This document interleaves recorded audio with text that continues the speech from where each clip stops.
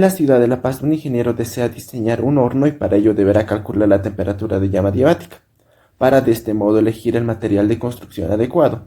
Para ello quema un gas que tiene un 97% en peso de propano y el resto de un gas inerte, que es alimentado a 40 grados centígrados con aire húmedo precalentado a 50 grados centígrados. Si se usa 50% de exceso de aire húmedo, determinar la temperatura de llama adiabática. Tenemos el siguiente ejercicio de temperatura de llama. Por este motivo vamos a tener una reacción de combustión. Para ello necesitamos que entre un combustible, que será el propano. Al no estar puro, este va a entrar en la corriente de gas con esta composición. Esta corriente entra a 40 grados centígrados.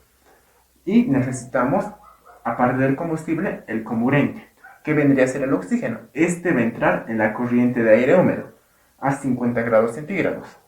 Este aire húmedo tiene que tener un 50% de exceso respecto al aire estequiométrico. El aire húmedo, al ser un gas húmedo, necesita una humedad. Como el ejercicio no nos los dio, asumimos 100%. Ambas corrientes, la del gas y la del aire húmedo, se mezclan, ocurre la reacción química y salen los productos, que vendrían a ser los productos de la reacción química, los inertes y los excesos. Estos van a salir a una temperatura de llama adiabática, debido a que el sistema, el reactor, es adiabático. Para hacer el cálculo de la temperatura de llama, lo que debemos hacer es el siguiente análisis. Lo que tenemos es unos reactivos que están a una temperatura inicial. Estos deben pasar a unos productos que se van a encontrar a la temperatura de llama. Al haber este cambio, hay un calor involucrado, al que le vamos a llamar delta H total. Como no podemos evaluar este de modo directo, vamos a aplicar la ley de Hess, realizar el mismo proceso, pero ahora por etapas. La primera etapa va a ser la siguiente. Nuestros reactivos los vamos a llevar a la temperatura estándar, es decir, solo estamos cambiando de temperatura. Para este cambio de temperatura también debe haber un calor involucrado, que va a ser delta H1. Ahora que ya tenemos reactivos a la temperatura estándar, estos se van a convertir en productos. Este cambio de reactivos a productos necesita una variación de energía. La variación de energía para este cambio de reactivos a productos es el delta H de reacción. Va a ser estándar porque estamos haciendo el cambio a temperatura estándar. ¿Y por qué estamos haciendo estándar? Porque este delta H de reacción se calcula a partir de los calores de formación. Y estos están en tablas a la temperatura estándar. Entonces, cuando hagamos su cálculo, vamos a calcular este delta H de reacción a la temperatura estándar. Por eso era necesario que llevemos nuestros reactivos a la temperatura estándar. Por esa razón. Bueno, aquí ya hemos cambiado a productos. Como estamos en temperatura estándar, estos también salen de temperatura estándar. De acá a acá, solo hay que cambiar la temperatura. De T estándar hasta T de llama. Para este cambio de temperatura, va a haber otro calor involucrado, delta H2. De modo tal, como hemos hecho la ley de Hess, delta H total tiene que ser la suma de los tres. Entonces, delta H total es igual a el primer calor, delta H1. El siguiente calor, delta H de reacción estándar. El siguiente calor, delta H2. Pero recordemos que la reacción está ocurriendo en un horno de combustión adiabático. Entonces no debe haber variaciones de calor. Delta H total debe ser 0. Entonces, esta ecuación va a ser la ecuación alfa y mediante esta ecuación vamos a calcular la temperatura de llama. Vamos a evaluar cada calor independientemente. Vamos a calcular delta H1 solo para esta etapa, del cambio de temperatura de los reactivos hasta la temperatura estándar. Este delta H de reacción vamos a evaluarlo con la reacción. Este delta H2 vamos a hacer su cálculo cambiando la temperatura de todos nuestros productos hasta la T de llama. De modo tal que esta va a ser una ecuación en la que la incógnita va a ser T de llama. Ahora, antes de empezar a evaluar cada uno de estos calores, debemos calcular todos los moles. Moles de entrada del gas, moles de entrada del aire húmedo y moles de los productos. Una vez que tengamos absolutamente todos los moles, el cálculo de esto va a ser sencillo. Sí, entonces esta puede ser la parte más complicada, el cálculo de moles. Como lo que queremos hallar va a ser una temperatura de llama, no va a importar si calculamos para 100 moles, para 1000 moles o para 1 mol. Entonces, para conveniencia de cálculos, lo que vamos a hacer va a ser asumir 1 mol del combustible. No 1 mol de toda la corriente gaseosa, porque esta corriente, aparte del combustible, tiene el inerte. Entonces, a partir de este 1 mol solo del combustible, del que entra a la reacción, calculamos cuánto debería entrar de inerte. A partir de este mol de propano, calculamos cuánto va a necesitar de oxígeno. A partir de eso, calculamos su nitrógeno, su agua, en sí, todo lo que va a contener el aire húmedo. A partir de las entradas, ya podemos calcular los productos. De ese modo, evaluando todos los moles, vamos a poder recién pasar a esta parte. Ahora sí, calculando los moles. Vamos a calcular primero los de entrada. Primero vamos por corrientes. La primera corriente va a ser la corriente gaseosa. Como ya dijimos, los moles del propano tienen que ser 1 mol. Entonces, si está entrando 1 mol de propano, ¿cuánto va a estar entrando del inerte? Eso es lo que nos falta. Para hacer su cálculo, deberíamos conocer la fracción molar de esta mezcla. Lo que aquí tenemos es la fracción básica.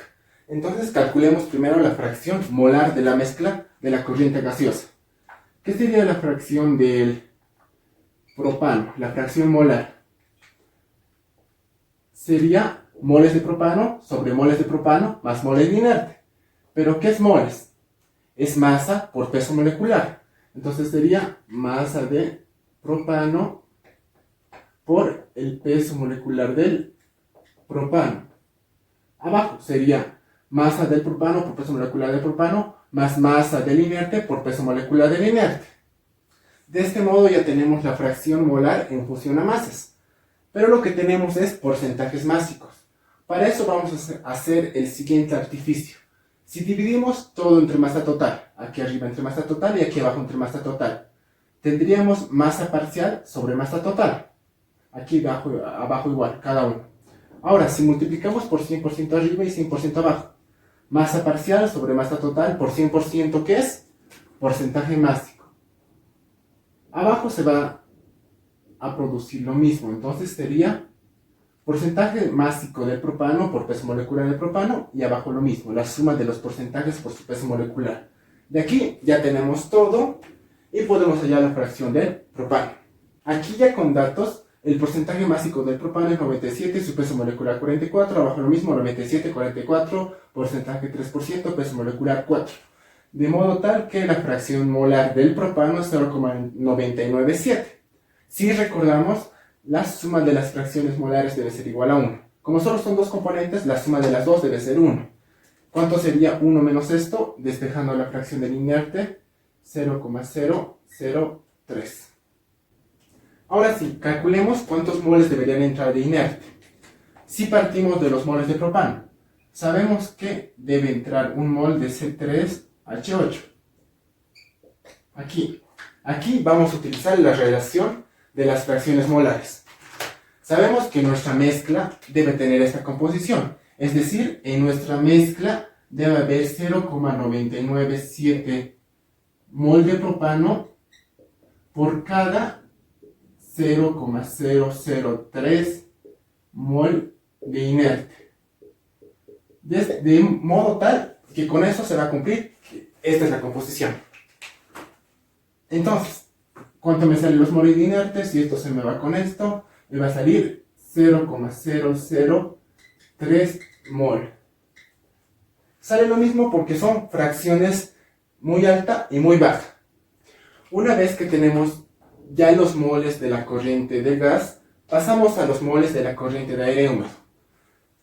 ¿A partir de qué vamos a calcular el aire húmedo? Siempre se parte a partir del oxígeno. De oxígeno llegamos al nitrógeno y de nitrógeno con oxígeno ya es aire seco y llegamos al agua. Pero para obtener primero oxígeno tenemos que utilizar la reacción química. Ahora sí entra la reacción química. ¿Qué teníamos? ¿Cuál debería ser la reacción química? De los de arriba, ¿cuál es el que reacciona? El propano. se va a mezclar con oxígeno. Esto va a ser una combustión completa, va a producir dióxido de carbono más agua. Ahora procedemos a igualar la reacción. Aquí tenemos 3 carbonos, aquí también 3. 8, aquí 4. 3 por 2, 6, más 4, 10. Entonces sería 5. Una vez que ya está igualada, esta ya es una ecuación química. Y entonces, si sabemos que de entrada del gas tenemos un mol, al 100%, ¿cuánto debería entrar de oxígeno? Para eso sería que esto sea un mol. Si está entrando un mol, tiene que entrar 5 de oxígeno. Entonces, 5 mol de oxígeno va a ser mi estequiométrico.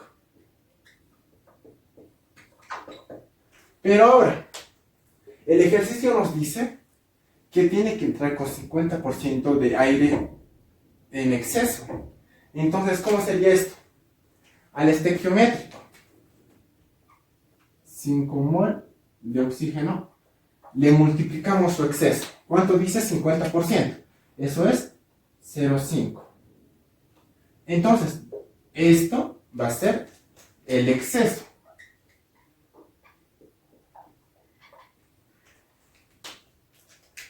Y la suma de ambos, del estequiométrico más del exceso, va a ser lo que entra.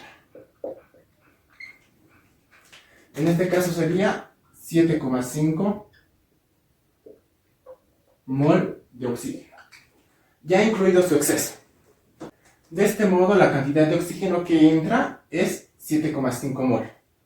A partir del oxígeno, por la composición del aire, podemos calcular la cantidad de aire seco. Es decir, 7,5 mol de oxígeno. Aquí utilizamos la composición del aire. Sabemos que en 21 mol de oxígeno tenemos 79 mol de nitrógeno. De este modo, mol de oxígeno con mol de oxígeno se me van y puedo saber la cantidad de nitrógeno que entra. Como ven, he partido del oxígeno que está entrando, no del estequiométrico ni del exceso, sino del que entra. Así, la cantidad de nitrógeno que entra es 28,21 mol.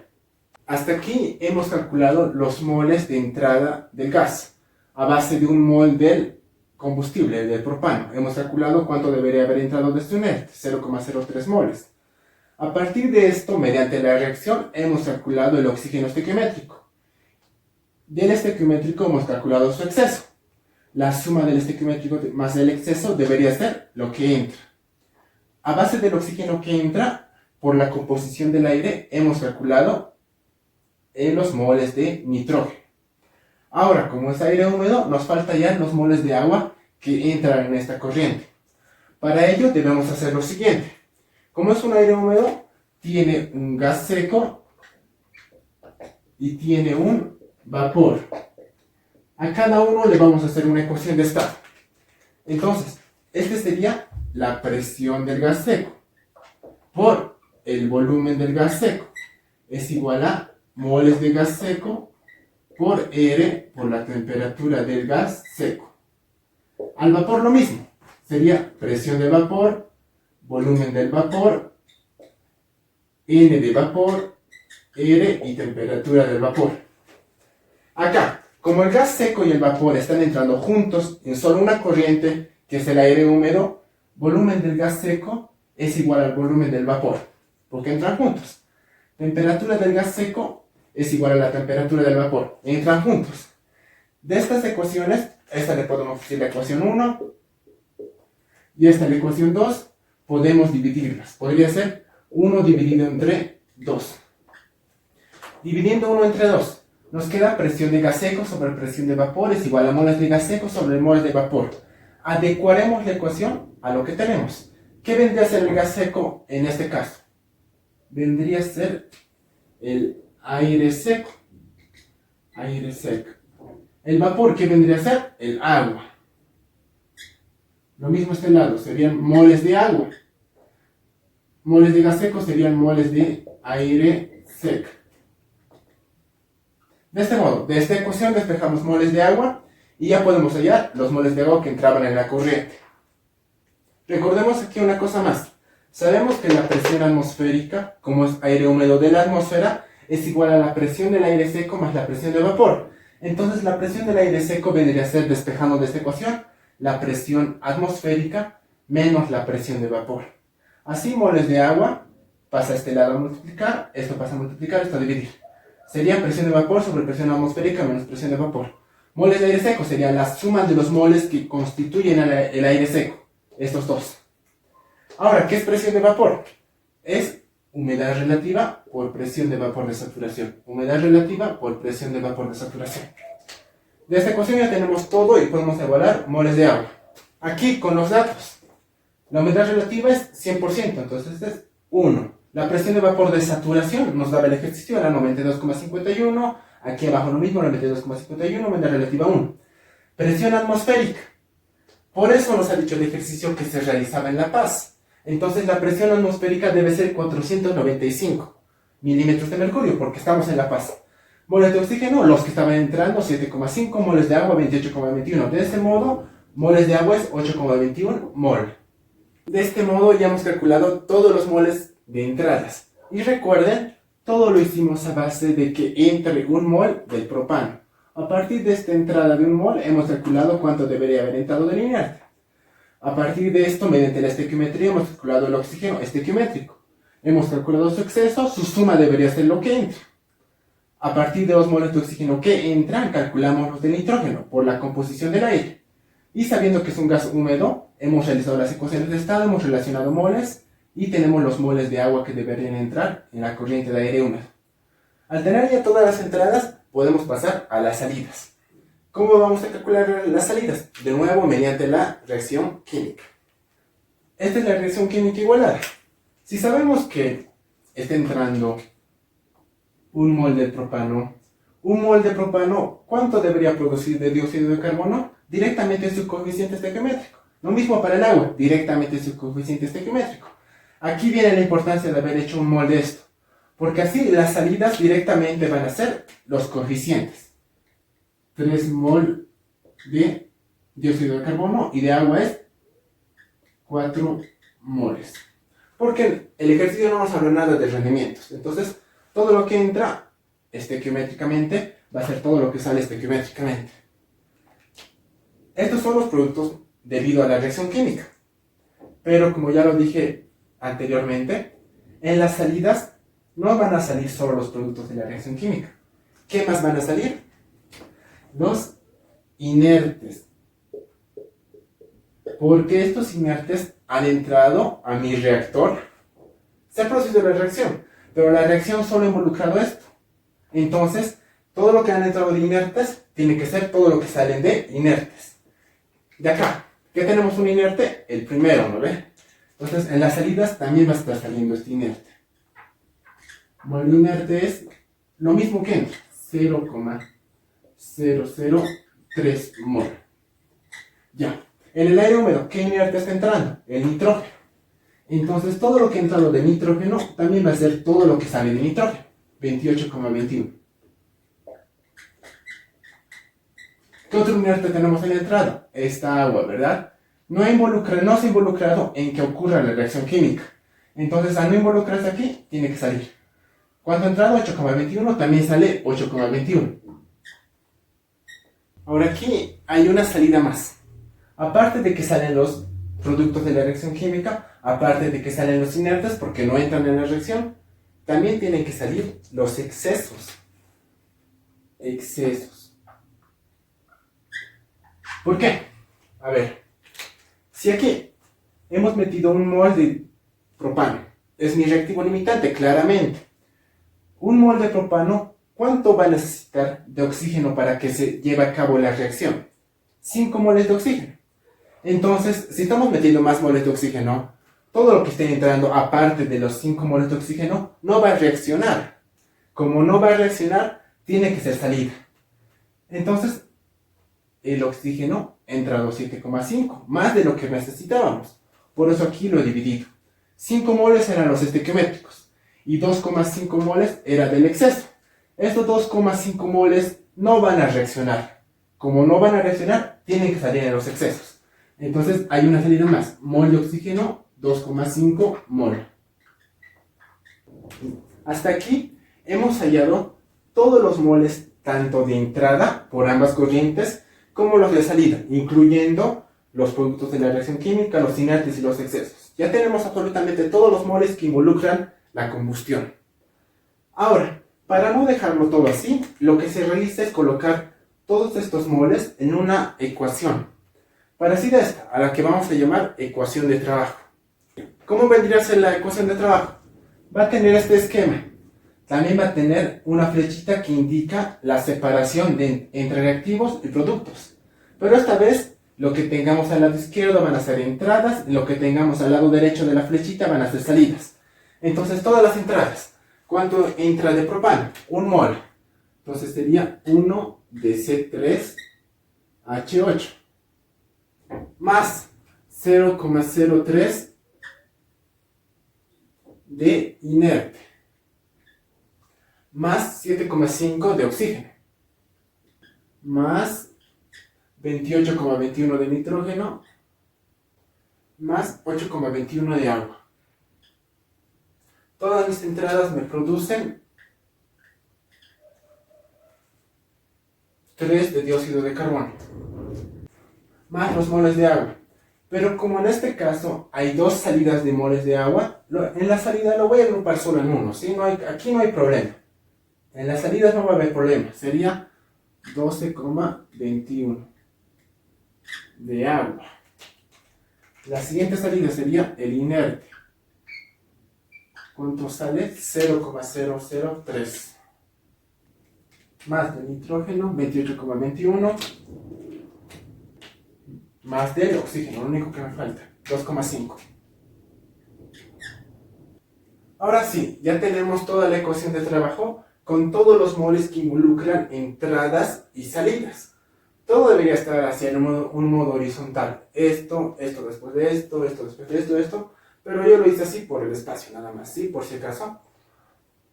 Ya, esta es una ecuación de trabajo, pero no es una ecuación química. Lo que es una ecuación química sí vendría a ser lo que es la reacción de combustión igualada. Esta es la ecuación química del proceso. Y esta es la ecuación de trabajo del proceso. La ecuación de trabajo solo involucra entradas y salidas.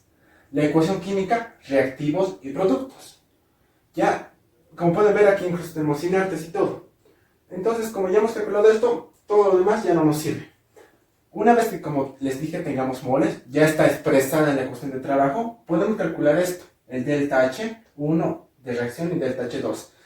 Procedemos a calcular entonces uno por uno de estos. Aquí la aclaración. Estos de aquí arriba, los que los estoy colocando de verde, están a la temperatura A.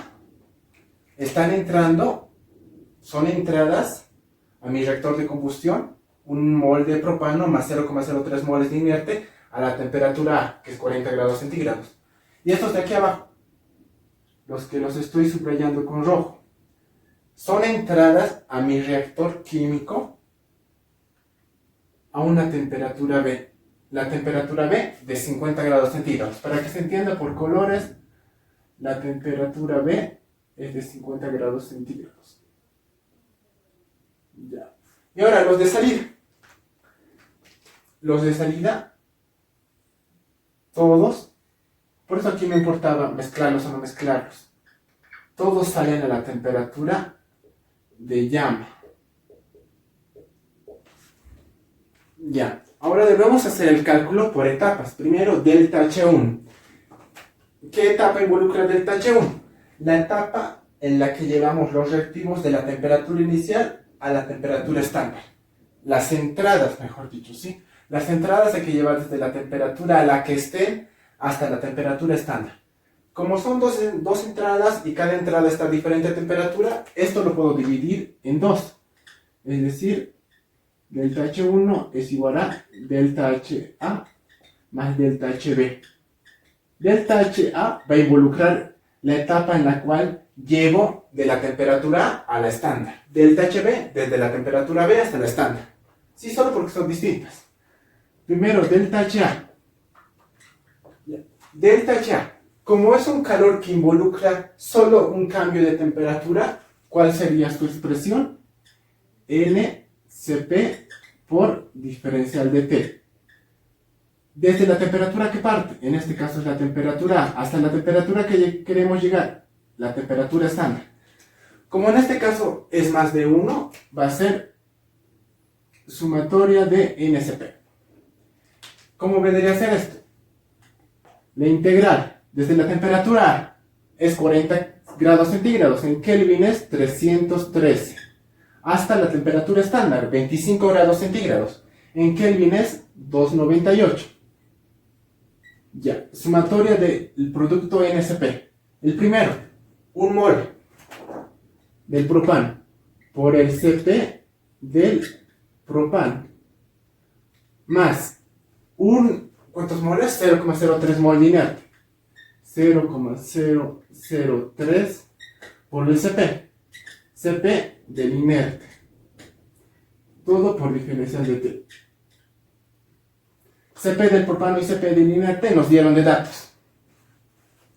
Aquí ya metiendo los datos, todo es conocido. Mi valor de delta HA es menos 264,225 calorías mol. Ahora, delta HB. Se aplicaría la misma fórmula. Es un calor involucrado para el enfriamiento. ¿De qué temperatura partimos? De la temperatura B. ¿A qué temperatura llegamos? A la temperatura estándar.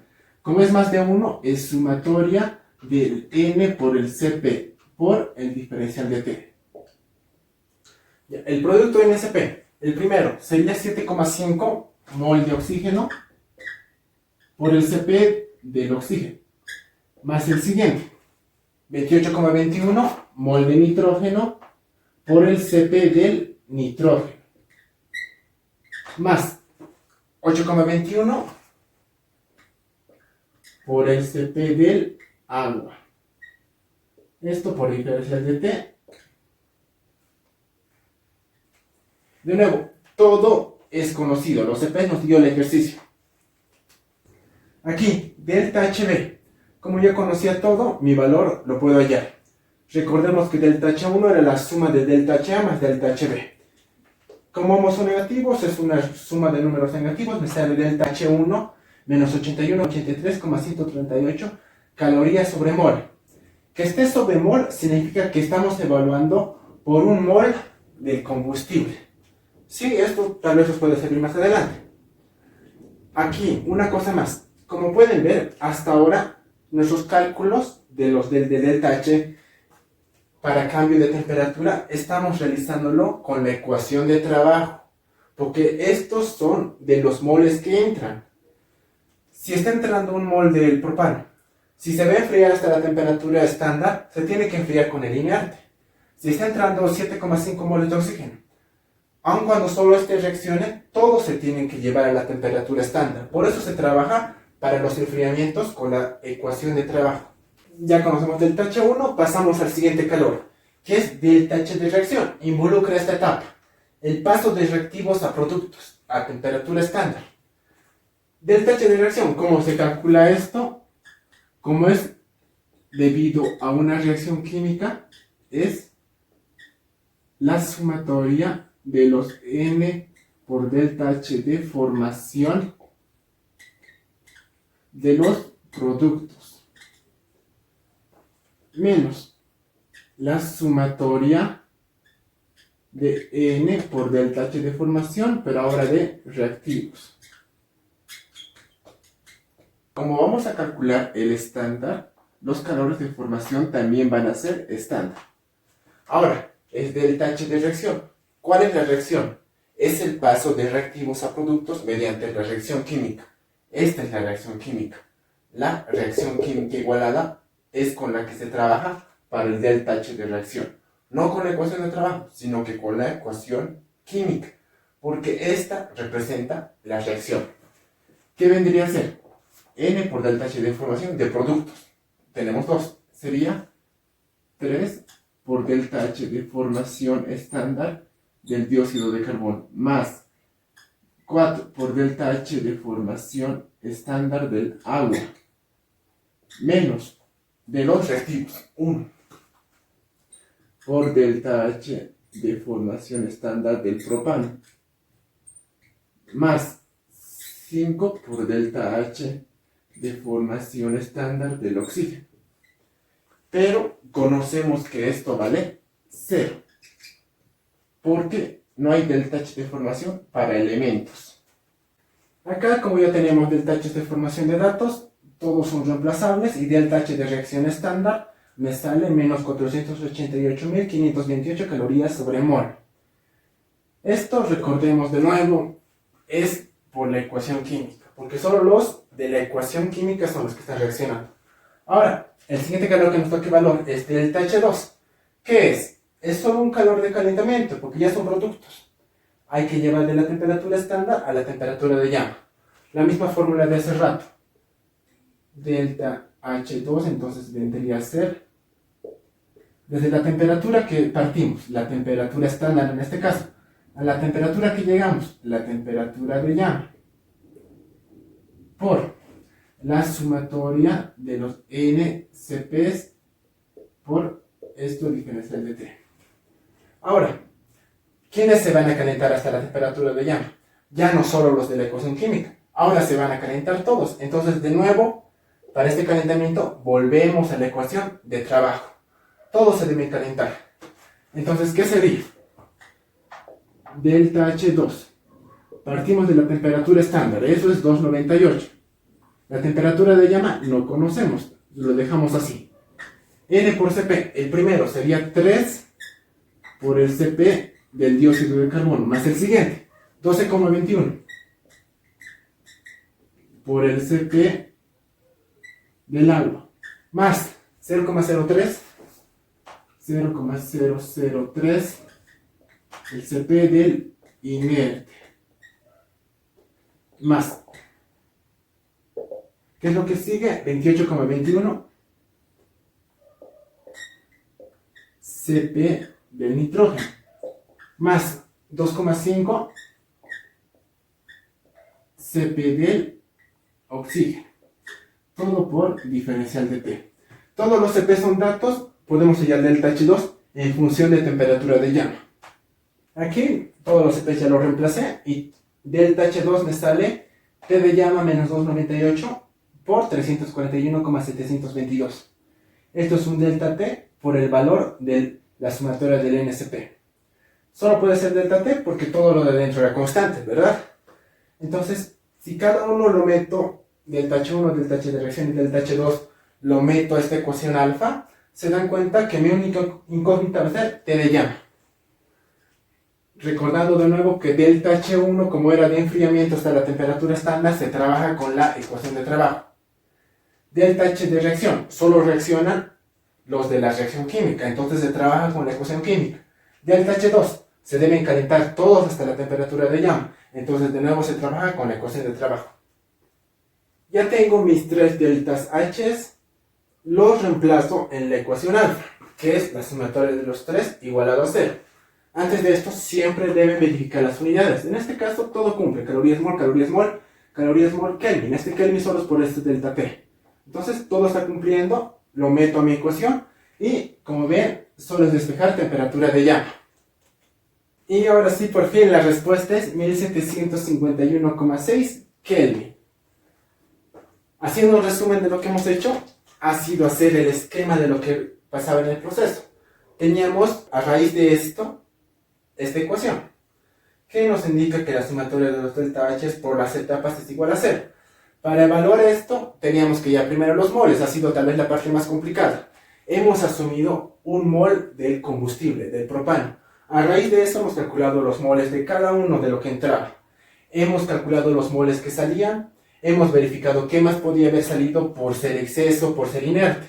Mediante todas las entradas y salidas, planteamos la ecuación de trabajo, que involucra las entradas y las salidas. Y también tenemos la ecuación química, que deberíamos también conocerla. Ahora sí, calculamos cada delta H. Un delta H de enfriamiento, de llevar de reactivos a esta temperatura a la temperatura estándar, era trabajar con la ecuación de trabajo.